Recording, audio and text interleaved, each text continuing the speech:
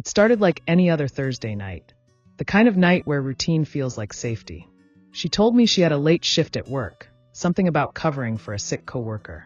I believed her. Or maybe I pretended to. It is easier to nod than to confront. Easier to let the illusion live one more day. We had been together for 3 years, long enough to memorize each other's patterns. I knew how she liked her coffee, the exact way she arranged her pillows, the subtle tone in her voice when she was lying. That tone had been slipping into conversations more often lately. The changes started small. Fewer texts during the day. Less enthusiasm in her goodnight messages. A new perfume scent lingering on her clothes, one I had never smelled before. I told myself it was nothing. People change. Schedules shift. Perfume is just perfume. That Thursday, after she left, I sat on the couch scrolling through nothing in particular. That restless kind of boredom where you start opening apps you do not even care about. That is when I remembered something. A few weeks earlier, she had left her phone on the kitchen counter while she showered. Out of pure habit, I had picked it up to move it and noticed a setting I did not know she used: location history. I had ignored it then, but now, in the middle of my quiet apartment, the memory came back like a tap on the shoulder. I opened my own laptop, logged into the shared account we had for ride-hailing receipts. It was something we set up early in our relationship, back when sharing everything felt like romance instead of surveillance. Her last ride was still there. Pick up, our apartment. Drop off, an address I did not recognize. It was in a part of town we never visited. Too far from her office, too far from her friends. I clicked the map link. The screen filled with a narrow street lined with small apartment buildings, the kind with peeling paint and overgrown shrubs. I zoomed in. The street name was unfamiliar, but the building number burned into my mind. I sat back in my chair. A logical part of me tried to explain it away. Maybe she was visiting a cousin. Maybe she was delivering something for work. Maybe. But another part of me, the one that had been quietly collecting scraps of doubt for months, knew exactly what this was. I could have stopped there, closed the laptop, swallowed the suspicion, gone to bed. But I did not. Instead, I opened another tab and started digging. The address was listed in an online rental directory. 1-bedroom apartment. Monthly rent that was suspiciously affordable for the area. No photos of the interior. Just a name. A man's name. I had never heard it before. The apartment was less than a 20-minute drive away. The next morning I did what people do when they are not ready to admit what they know. I made coffee. I answered emails. I folded laundry that did not need folding. Then I opened the ride account again and stared at the map like it might apologize. The address showed up more than once. Not a fluke. Not a one-off. 3 rides in the past 2 weeks, all late, all within the same 2-hour window, all ending on that quiet street with the tired hedges and cracked sidewalk. The times matched her stories with surgical precision. Late shift, birthday drinks, traffic on the expressway. Each excuse now sat next to a timestamp I could not unknow. I exported the trips as receipts and saved them in a folder I named with something harmless. Receipts. That made me laugh in a way that did not feel like humor. I added screenshots of the maps and wrote down the ride IDs in a notebook. I was not planning a courtroom trial. I was trying to keep my head clear. Truth feels slippery when you love the person who is drowning in it. That night she said she might stay over with a coworker because the morning meetings were brutal. I nodded at the appropriate moments and asked polite questions a good boyfriend is supposed to ask. She thanked me for being understanding. I told her to get some sleep. The performance felt effortless on both sides, which told me it had been running longer than I realized. When she left, I waited 10 minutes and ordered my own ride. Not to the exact address. 2 blocks away. The driver talked about the weather. I agreed about the weather. The city rolled past like it always does, indifferent to the small collapses happening inside its apartments. I got out on a corner with a broken streetlight and walked. The building was ordinary in the way 1,000 buildings are ordinary. Metal railing. Faded unit numbers. A row of mailboxes with names I did not recognize. I kept moving like I belonged there. I have a face that looks like it is always running an errand. Her ride arrived 5 minutes later. I saw the car from the reflection in a window. She stepped out in a hoodie I did not recognize and sneakers she saved for the gym she never visited. No hesitation. No scan of the street. She walked to the door like someone who had done it enough times to stop being nervous. She buzzed. The door clicked. A man let her in. I did not need details to understand proximity. Two shadows crossed the narrow lobby and disappeared up the stairs. I did not chase them. I did not text. I did not take photos. I stood under the broken light and counted to 30 with the kind of calm that feels like someone else borrowed your body. Then I turned around and went home by a different route. On the kitchen counter, I set my notebook next to the coffee maker. I added the new ride IDs, the times, the notes that would look ridiculous to anyone who had never tried to measure betrayal in blocks and minutes. I checked the account again before sleep.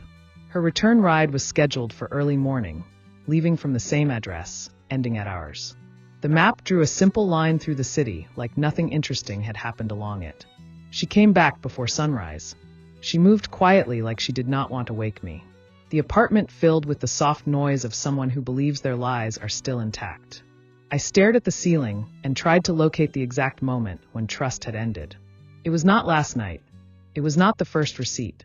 It was somewhere small, weeks ago, when I noticed a scent I could not name on a sweater I had washed, and my brain filed it under Do Not Investigate because the rent was due and I needed sleep. At lunch, I sat in my car and looked at the street again on my phone. Satellite view. Street view. A life reduced to pixels and labels. I noticed a convenience store on the corner, a laundromat next to it, a narrow alley that ran behind the building. I made a map in my head the way you do when planning to leave a place you have lived in too long. Exit routes. Blind corners. The nearest light that actually works. That night, I created a new folder on my desktop and renamed the old one. Not receipts. Not evidence. I called it the story, because that is what she had written for me without asking, and because I was finally ready to decide how it would end. The next few days, I played the part she had written for me. I asked about work. I laughed at her stories. I made dinner and poured wine. She smiled the way people smile when they think the stage lights are still on. Meanwhile, I checked the ride account every morning. Like clockwork, her trips appeared. Same pickup near our place. Same drop-off. The only variation was the day of the week and how long she stayed. I stopped wondering if I was wrong. The data was too neat, too consistent. Lies are messy, but habits are clean. One night, she came home smelling like a detergent I did not own. She tossed her hoodie on the chair and kicked off her shoes, scrolling through her phone as she walked past me. No eye contact. Just the casual drift of someone moving through a space they no longer consider shared. I opened my laptop after she fell asleep. The story folder was filling up, screenshots, notes, addresses. It read less like evidence and more like a diary written in cold numbers. By the third week, I noticed a detail I had missed. His building had security cameras pointing toward the street. I could see the small black domes in the corners on the satellite view. It made me think about angles, timing, what might be recorded without her knowing. That thought stayed with me until morning. I decided not to confront her yet. Not out of fear, but because I wanted the ending to be deliberate. Clean. She left for work at 8:12 a.m. I watched her ride drive away, then called in sick. I sat at the kitchen table with a notebook open, drawing out the beats of how this would go. When you know the truth, patience stops feeling like waiting. It starts feeling like control.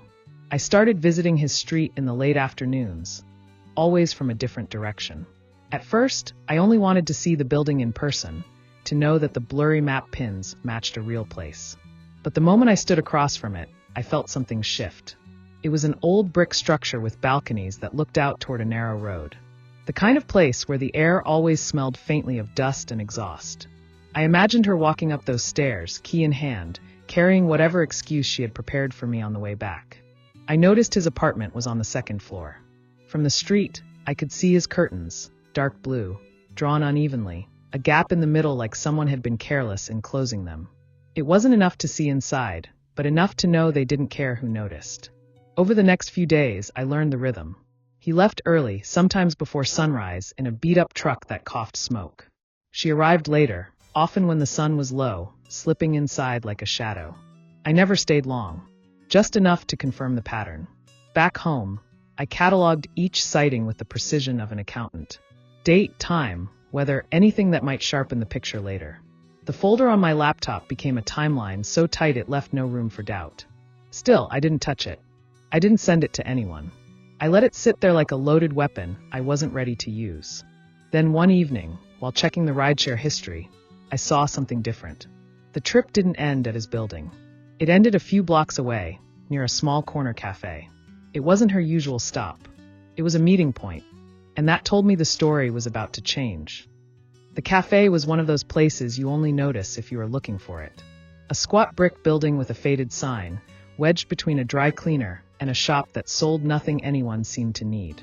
Its windows were the kind that let in just enough light to make everything inside look softer, almost secretive. I arrived half an hour before the rideshare timestamp suggested she might. I chose a spot across the street, behind the tinted glass of my car. From there, I had a perfect angle on the door without being in anyone's line of sight. The first 10 minutes were uneventful. A few students wandered in. An older man left with a paper cup and a newspaper tucked under his arm. Then I saw her. She was wearing a light sweater I had never seen before and sunglasses that seemed unnecessary in the dim evening. She moved like she was rehearsing a role, each step casual but deliberate. She pushed the door open without looking around, like she knew exactly who she was meeting. Minutes later, he appeared. The same man from the blurry apartment balcony. Taller than I had guessed, with that relaxed, confident posture of someone who doesn't fear being caught. He didn't look for her. He knew she was there. They took a table in the corner. Too far for me to hear anything, but their body language was a language of its own.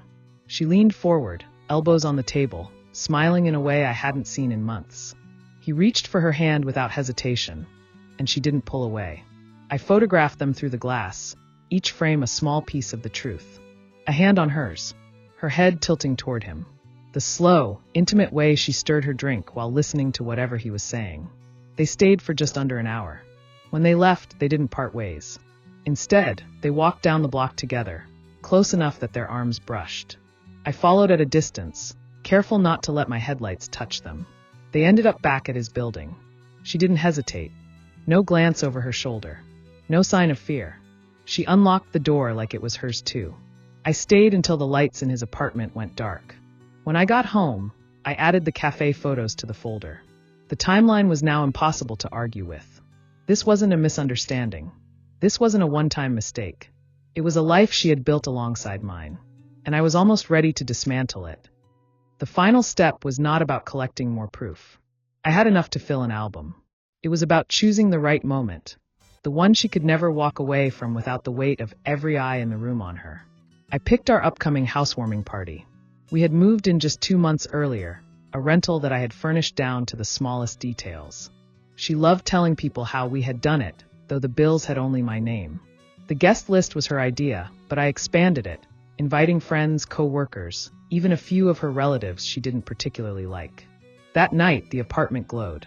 Candles on the counter. Music low enough to feel private, but loud enough to hide small conversations. She floated between groups, wine glass in hand, dressed in a way that drew attention without looking like she was trying. I waited until the middle of the evening, until people had settled in, loosened by drinks, lulled into comfort. Then I called for a quick slideshow, a before and after of the apartment renovations. The first few images were harmless. Empty rooms, new furniture, a rug she had chosen. People nodded, laughed, made comments. Then came the shift. The next slide wasn't the kitchen remodel. It was the balcony photo. Grainy but clear enough to see her profile, his arm around her. A ripple moved through the crowd. Before anyone could recover, the cafe photos followed. Her hand in his. That smile. The timestamp in the corner of each frame like a signature. She froze, her glass halfway to her lips. I said nothing. I didn't need to. The silence in the room was the verdict. I closed the laptop, wished everyone a good night, and walked out. Behind me, the party died in seconds.